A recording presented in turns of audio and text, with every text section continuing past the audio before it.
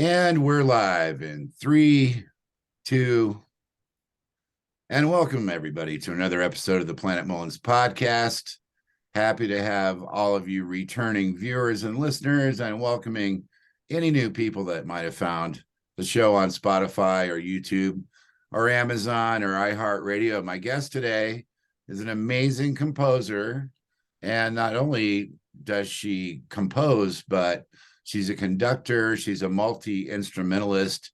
She can play electric guitar, violin, piano, and by the way, she doesn't care if the piano is in tune, which is hilarious. And she can sing, she can play the violin and sing at the same time. She's quite versatile, and she's from Moscow, Russia. Recently, she's worked with Tane Vlase, and sorry about this pronunciation, Nadim Majdalani, Tom Naziola, and she's a voting member of the Recording Academy, which is pretty exciting. That's the Grammy Awards, which are just getting ready to start here. Please welcome to the show, An Vedi, ladies and gentlemen. Hi, Anne. Hello. Thank you very much, Rob, for inviting me to this interview. It's quite exciting for me. This conversation means a lot to me, and I am ready and happy to share some of my living and musician's experience with the audience. Great. Well, see, here's what I noticed about you, because, first of all, for people that don't know about Anne and about the Grammys and Facebook, that's where I found out about her amazing classical and other genres of music, is just on Facebook, because the Recording Academy, which is the Grammys, have a very large presence on Facebook. And my main Facebook page has at least 500 voting members on my Facebook page.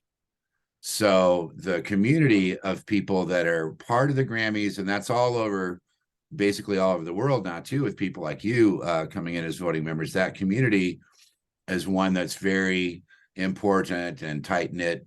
And about 2 years ago, Anne just started popping up out of nowhere. Da, da, da, da, I'm in. And here I am playing the violin in my house.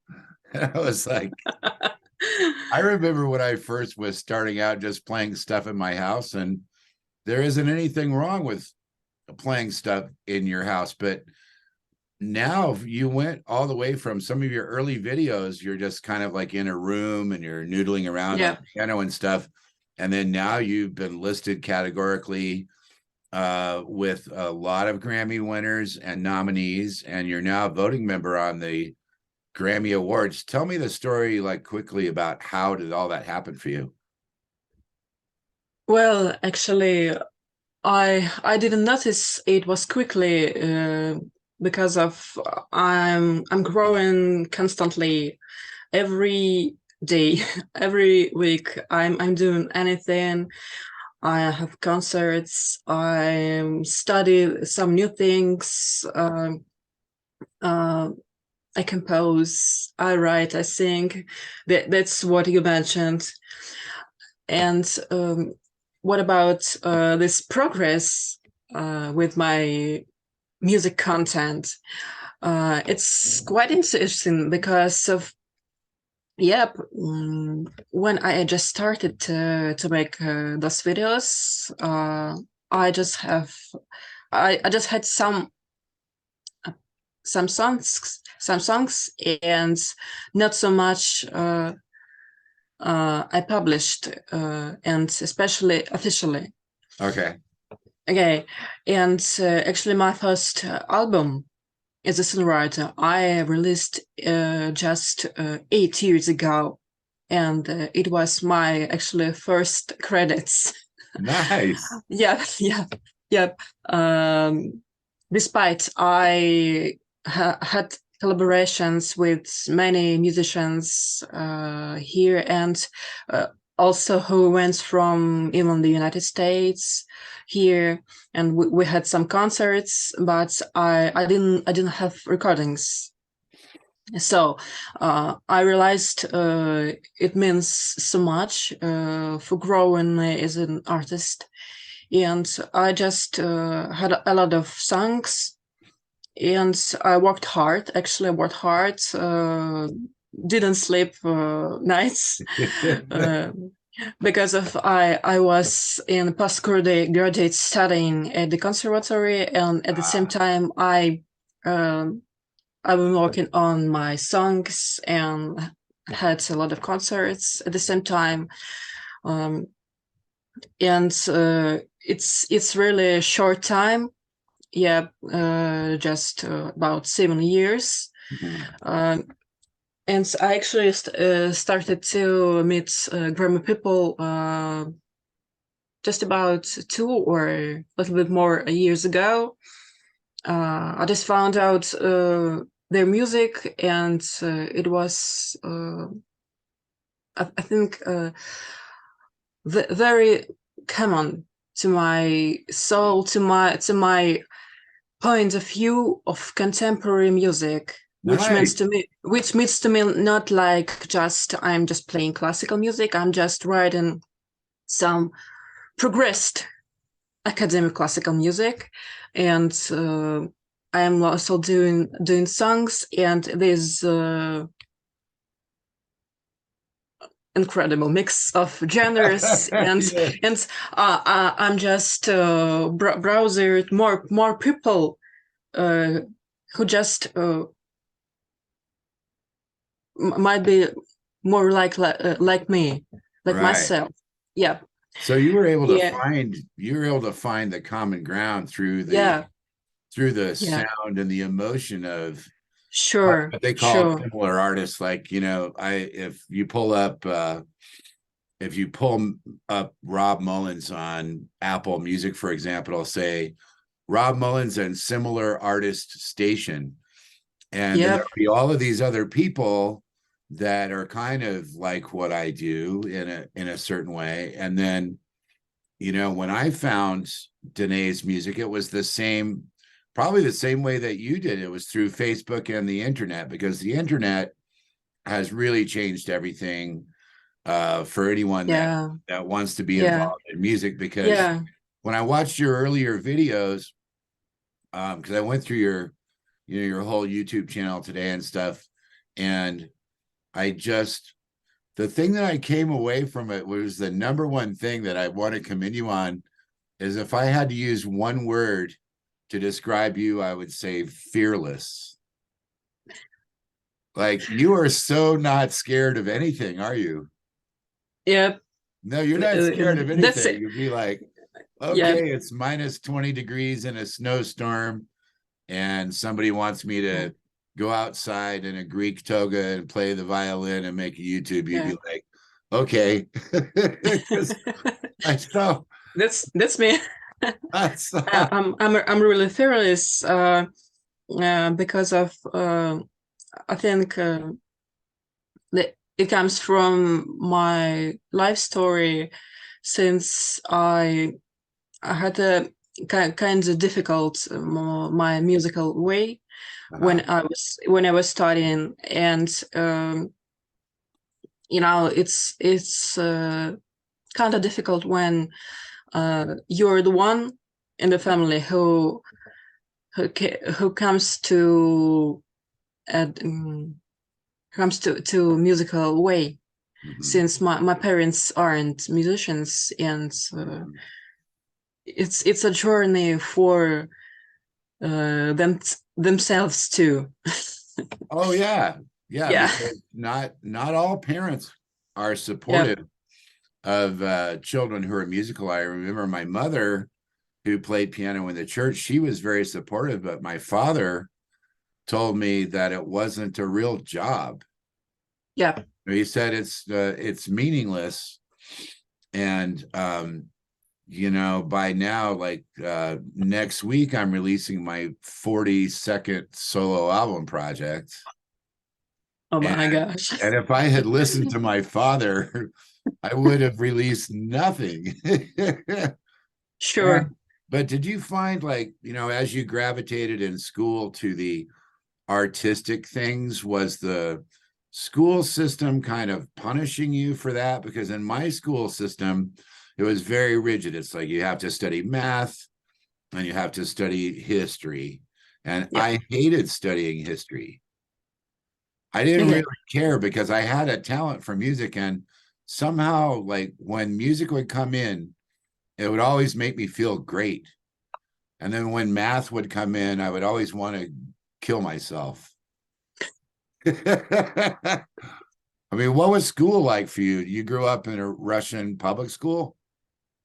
I actually graduated from this Central Musical School, which means the special musical school for talented young musicians, Uh-huh. the conservatory, and it was founded in Soviet time, and it was really a great time for musicians. I don't know what a lot of people till now this time, but I know a lot of information from my teachers. Mm.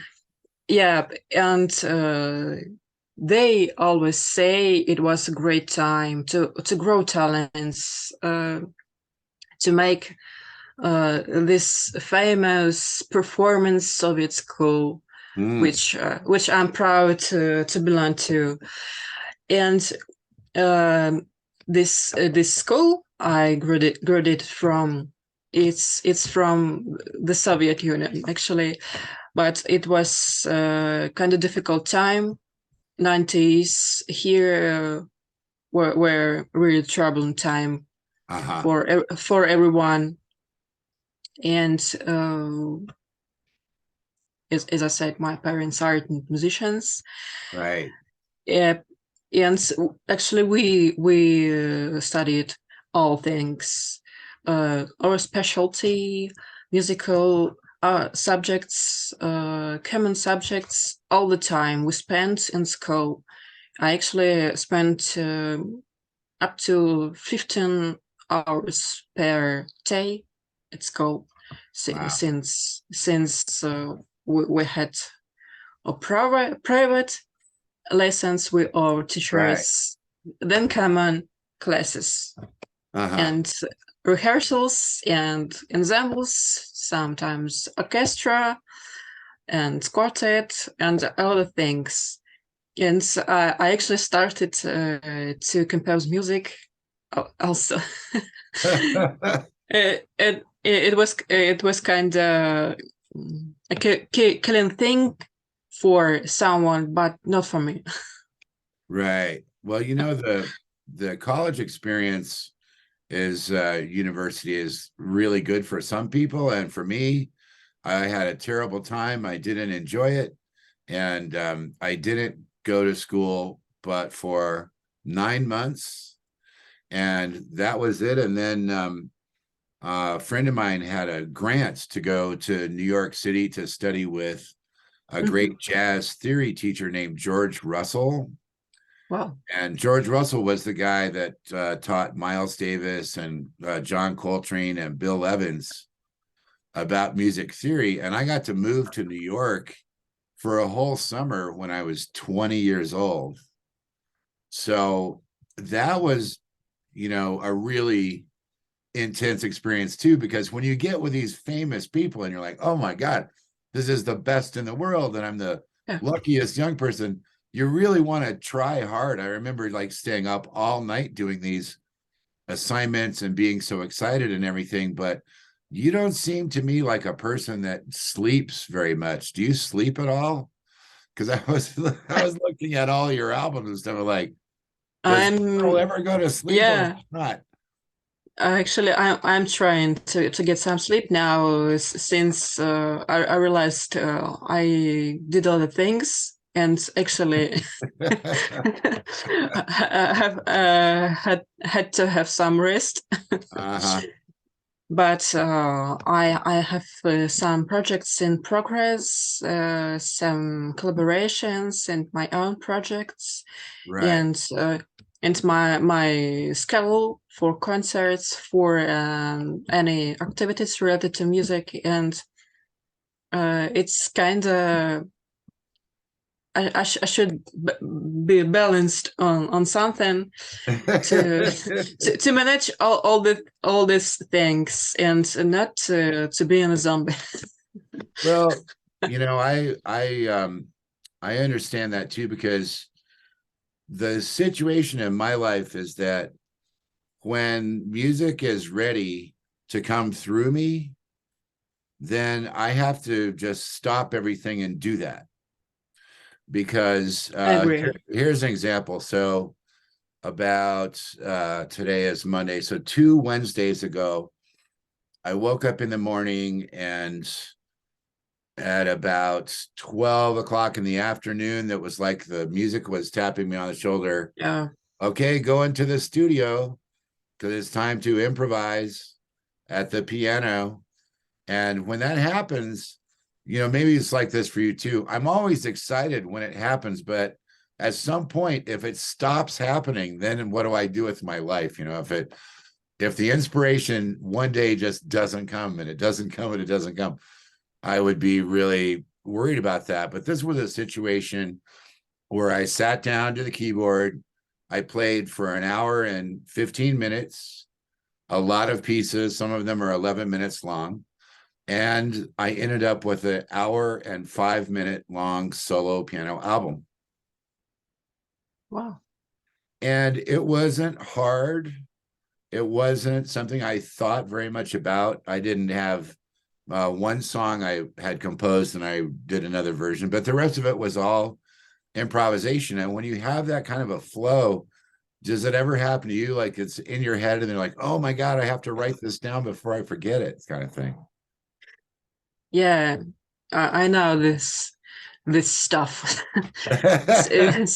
Since it happens to me a lot of times too. Mhm. But yes, the first thought I got, I need to write it down.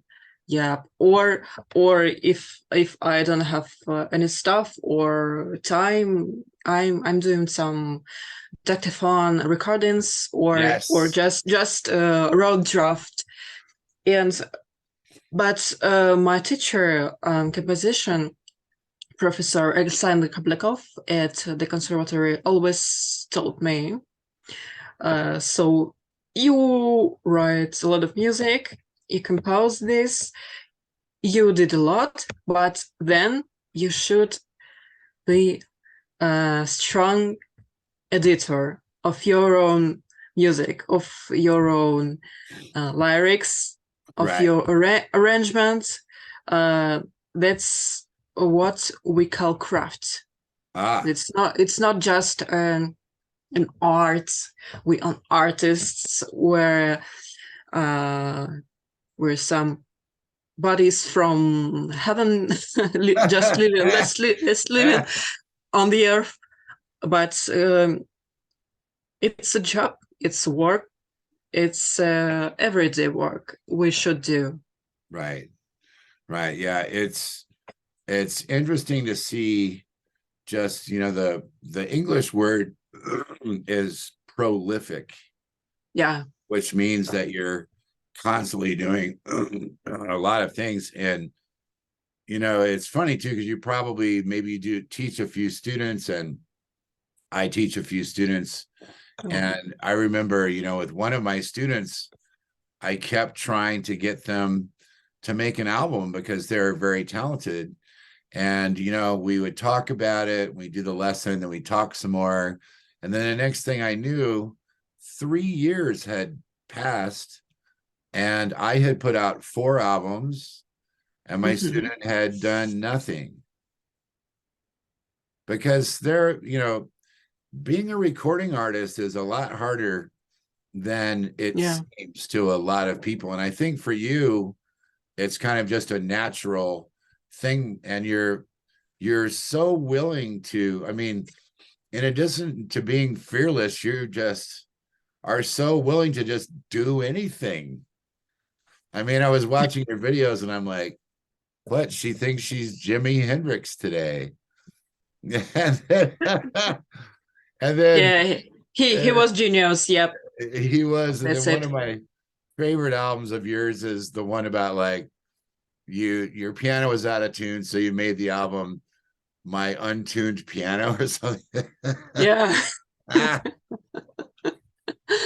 That was so hilarious. Well, then I've seen you working with a lot of these big name Grammy people. So how does that work now? Do they send you a track and you record at your studio, or how do you do that? Because I know you're on a lot of big important albums now.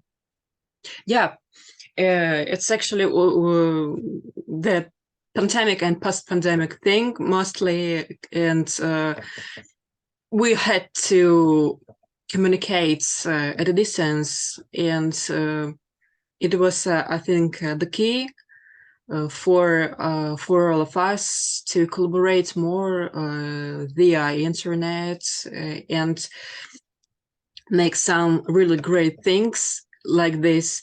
And I am really happy to collaborate with such outstanding people from the Recording Academy. And I just want to mention some projects like Sure. I did last year a great concert program here in the Philharmonic with music of Grammy people. You also mentioned Nadim Majdalani, Danny Lice, Tom Netzola, John Fenbury, and some other composers from all over the world. Not German people, since they are from Europe. Mhm. Yes, but also very great music. And Nadim composed a piece especially for me and my friend organist, and we performed this piece for the first time, and we made a recording of the whole concert and actually released then Oh, two tracks from this concert. It's Nadim's piece, they call it Moon Lotus, and Tom Natsiola's piece number one. It's the title, and it was his piece for violin and piano, but we did an arrangement, and we released this as a version for violin and organ. And oh, also, I downloaded our video where we performed Danai's piece on YouTube. It's an right. official release, but it's also some kind of or job we did, and I think that it's really exciting that we presented this people here before, for example, Danai received Grammys. Yeah, it's quite exciting. And you mentioned Mahdi Rajaban. It's a really interesting composer and producer from Iran, and he has a really interesting story of his life, Mhm. and he has a really difficult life now. You can Google it, and I think all musicians and actually Grammy winning and nominated people who participated in his album It Arrives, it's it's a really great thing. We do all these things. We support each other, which means a lot to Mahdi, which Right. means a lot to our common thing we call art. Right. Yay. We call music. I love And art and music. yep, Yes. yep, Yeah, art and the art and the music, and I would consider what you're doing is considered fine art. It's the kind of thing that a lot of times people need, just like in jazz, people need some sort of history or study of yeah, music to understand the kind of music that we play, because it's not Taylor Swift and these mindless pop things. Now, before yeah, we run out of time, because we're almost out of time for today, but I wanted to just ask you, if someone has the desire to contact you and hire you to play violin or sing or piano. I actually enjoyed your piano playing. It was very Russian but kind of modern. when you're playing your piano at home. It's like, wow, I like it. How would somebody reach you to hire you to do, say, a overdub or a session or an arrangement? Is it through your website or how? Yeah, it's quite simple. Or Facebook, or contacts on my website, or email. It's great thing. I appreciate it a lot, and I enjoy different styles, Right. genres. And for example, we were working on some new and fantastic song by producer Premorte, featured Grammy-nominated singer Natalie Alcamayo. Uh-huh. And I also collaborated with Teban Ekambaram. He's a really great Indian star, I think, Oh, nice. and a big friend of you know. I'm sorry. It's okay. Yeah. Well, by now there's so. He's sorry. He's a great friend of Ricky Catch. Oh, Ricky Cage. Yep. Yeah. Yep. Yeah. I actually had Ricky on my show.